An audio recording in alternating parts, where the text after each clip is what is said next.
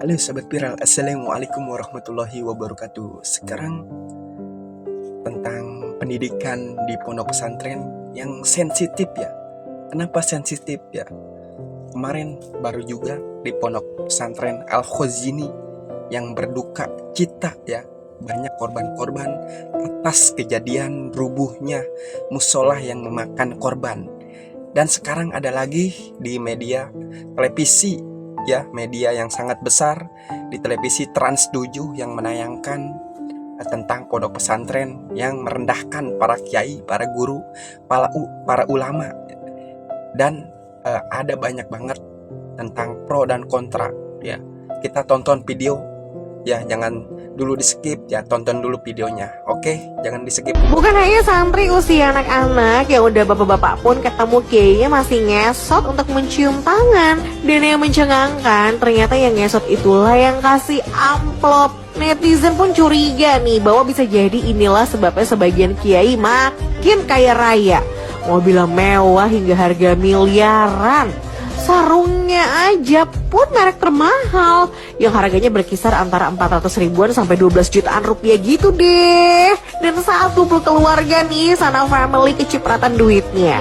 Padahal kan harusnya kalau kaya raya mah umatnya yang dikasih duit ya enggak sih? Dari video tersebut ya, yang tayang di Trans 7 yang sedang viral, yang sedang ramai ya di media televisi ya.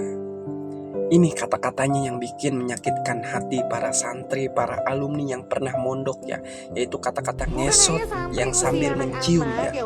Itu yang kata-katanya yang bikin sakit hati para santri, para alumni yang pernah mondok di dunia pendidikan pesantren.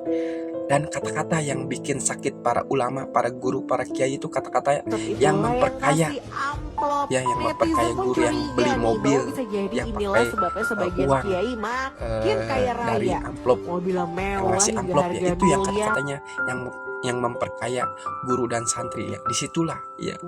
Karena kenapa?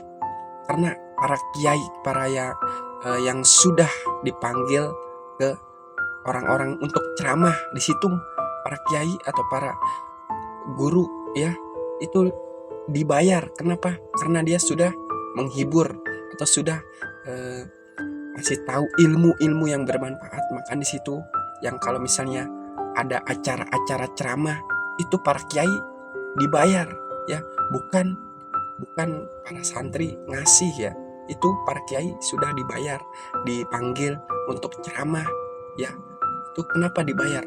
Karena mereka itu punya anak, para kiai, para guru itu punya anak, makanya butuh ekonomi dalam kehidupannya, makanya dibayar buat makan, buat kehidupan para anak-anak kiai atau yang ceramah ya, atau guru-guru ya.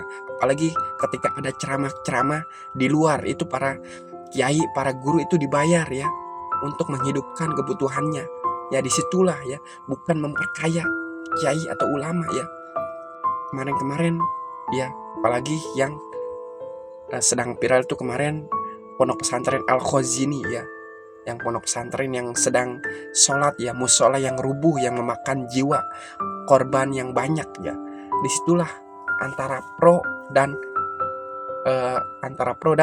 kontra ya. Disitulah netizen pro dan kontra, disitulah yang sedang memanas-manasnya ya. Kalau antara pro itu para alumni, para pesantren yang sudah pernah duduk di dunia pendidikan, bagaimana tata cara beradab, berakhlak kepada guru, kepada kiai, pasti tahu. Yang kontra ini ya, yang netizen kontra ini yang tidak tahu bagaimana cara menyikapi adab, akhlak ya, yang tidak tahu isi dalamnya pondok pesantren, bagaimana cara takdim kepada guru, bagaimana cara takdim kepada kiai yang sudah diajarkan kepada guru dan kiai ya, bagaimana cara berakhlak kepada guru dan kiai.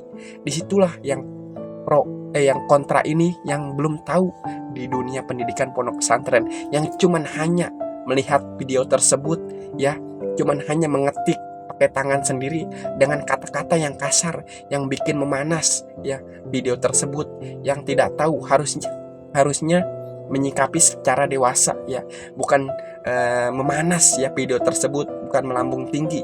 Harusnya bagaimana cara positif ya bisa membaik video tersebut yang sedang viral tersebut. Dan untuk ya bagian media televisi Trans 7 ya, harusnya bagian yang menayangkan atau mengupload di layar besar yang sudah melihat orang-orang banyak itu harusnya melihat dulu apakah video ini baik atau tidak ya. Harusnya para manajemen ya, bagian televisi ataupun bagian apa yang sudah menayangkan di layar lebar itu harusnya lebih tahu, lebih dewasa apakah video ini baik atau tidak ya. Harusnya lebih paham, disaring dulu ya. Makanya jangan asal upload, karena netizen pro dan kontrak ini yang bikin memanas. Makanya harus lebih mengetahui ya bagaimana cara menyikapi suasana dan video tersebut bermanfaat atau tidak ya. Makanya harus disaring dulu tersebut sebelum diupload ya. Jangan lupa follow, share, dan like ya. Sekian dari saya. Assalamualaikum warahmatullahi wabarakatuh.